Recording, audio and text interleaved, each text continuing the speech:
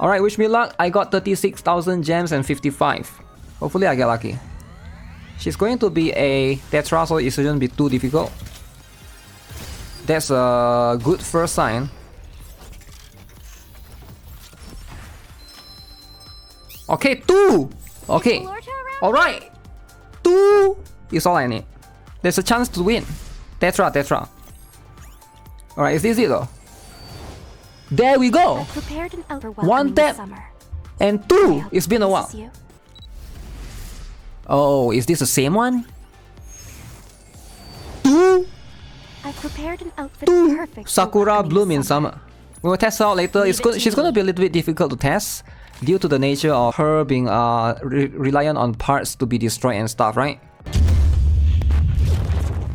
Hey, what is up guys? GuitarRock here. Welcome back to another Nikke Goddess of Victory video. Now, if you guys are not aware, we're getting the #1 bestseller list, so everybody will be getting a free 10 advanced recruit voucher on your mailbox. Now let's talk about what's happening in Nikke right now. So right now there's a swimsuit or summer event going on. As you can see, the banners are going to be this new character right here, Summer Sakura. And then alongside with that, Sakura Bloom in Summer, we also have Neon Blue Ocean and of course, Mary Bay Goddess, which I think you should highly skip. Alright, these two characters are not going to be used that much unless you care about the limited value, then sure, get them. But right now, based upon my testing, Sakura is insane. I am quite surprised with the amount of damage that she can do, and I am also blown away with her potential even without utilizing to the full max capabilities of the enemies where there's parts damage and stuff, where she basically gets even more damage if the enemy has those mechanics involved, right? So right now, she's definitely one of the top damage dealers in the game by far. Alright, so I feel like you definitely have to pull at least one copy, alright, because she's going to be a limited character. So I'm going to show you guys a little bit of the pulls, the testing and everything. I'm going to explain to you guys how strong she is. But first things first, before we jump into those things, the Dave the Diver collab is going on right now. You can click on that thing. Something that you might not be aware of, and maybe some of you guys might miss, is this thing right here, the Diver Pass. This thing you can basically click. So I didn't know that. I found that out on my stream. You can basically click this. This is going to be your daily quest every single day, and it's going to give you 40 gems. Alright, so make sure you guys do that. Do the required task right here.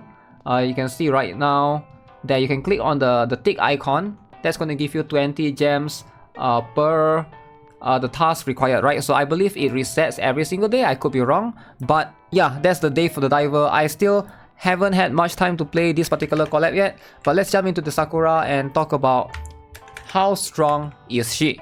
Now initially I feel like a lot of players should probably skip her and get the swimsuit.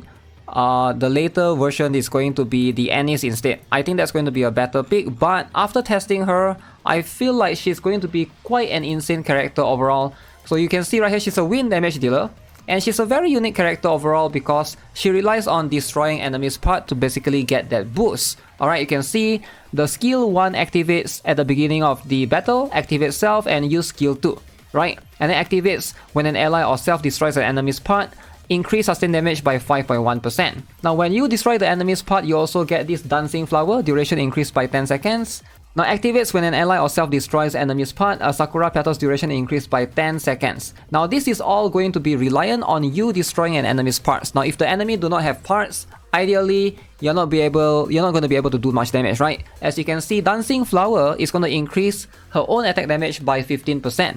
Alright, affect self, you basically get this early on.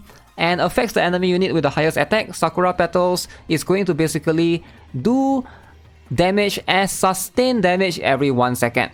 Now the burst skill for her is going to be pretty straightforward. You do damage attack sequentially for 10 times. So sequentially meaning that you are applying it 10 times as in like in succession. You are basically repeating the attacks by 10 times towards that one particular target, which makes her really strong for against a boss, right? And then you can see again sustained damage every 1 second, stacks up to 10 times and lasts for 10 seconds. Now she is going to be very strong if you can destroy the enemy parts. But even without destroying an enemy's parts, as you can see, I'm going to show you guys a couple of examples. Sakura can beat Modernia and Scarlet right here without needing any specific parts from the boss, because this boss don't have any parts, right? That means with parts, Sakura is gonna be even stronger. Now a lot of people always, when I put Modernia here, people always say your Modernia doesn't burst. That's the whole purpose. You don't want Modernia to burst when you're fighting bosses, because when Modernia bursts against a single target boss, she actually does less damage. I think a lot of people still don't know that. Every time I see in the comment section, like whenever I do testing videos, people will be like, "Oh, your Modernia never bursts. It's not fair comparison." But they don't really. I think I need to always explain that, because people don't really understand that. Because how Modernia works is, if there's multiple enemies on the map, she's gonna hit multiple enemies and split up her damage. Now, obviously, if that's the case, you know you're gonna get more damage. But against a single target boss, you ideally don't want her to burst, if it's possible. New players? Yeah, obviously there are some new players and stuff. So people always say that I'm making a non-fair comparison. So if I position it this way, where my Sakura is in the 3rd slot and Scarlet is 4th slot, Modernia doesn't burst, this is going to be as fair as it gets. Okay, I'm gonna see right here. Is this going to be... Okay, we are getting a little bit of an extra burst at the end there. But this is going to be a huge damage. And there's no elemental advantage, by the way. We are fighting a lightning elemental boss. So wind, lightning, and fire doesn't do anything against the boss. And right now Sakura is doing a decent chunk of damage right there. Pretty interesting actually. Now can she surpass Sakura with parts is busted? She might actually be. She might actually... Okay, how strong is she? Now can Sakura do more though? That's the thing. With boss with parts, right? I feel like Sakura might be able to do more if the boss has parts. Now I don't know how much more percentage of damage can Sakura get increase if she's able to do like damage to the boss. But so far I think she's looking really solid actually. Okay, is this the killer? Is she a Scarlet Black Shadow killer though? You know, you get what I'm saying? Is Sakura Summer a killer? If Sakura has parts, it'll be closer. She's a very potent win DPS character right now. SBS is too strong. SBS is too strong, but she clears against Red Hood, so I think that's fair. Yeah, Sakura with parts probably still clear Red Hood. But this is I put Red Hood first, so there's that. That's going to be the... So does this put Sakura in top 3? I still think pretty good.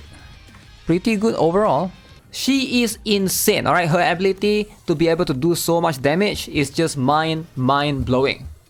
Now if you intend to get the full effect or full potential of Sakura, you should probably try to get Rosanna as well when she comes later. Now Rosanna is going to basically complement Sakura because she has an ability that will be able to boost sustain damage, which is what Sakura is all about. And at the same time, she's a perfect support for her because she also increased the damage to parts by a lot of percentage, right, on a skill 1 and skill 2 as well. Now Rosanna is going to be a support character for burst 2, so keep that in mind. So there's definitely going to be room for you to be able to make one full team with them.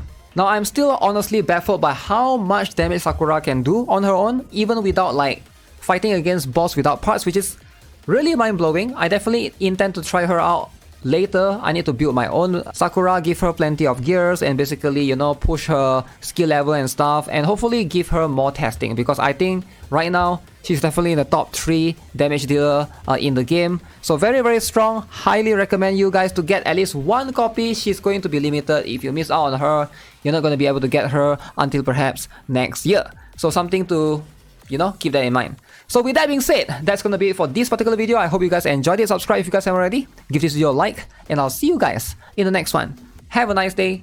Goodbye.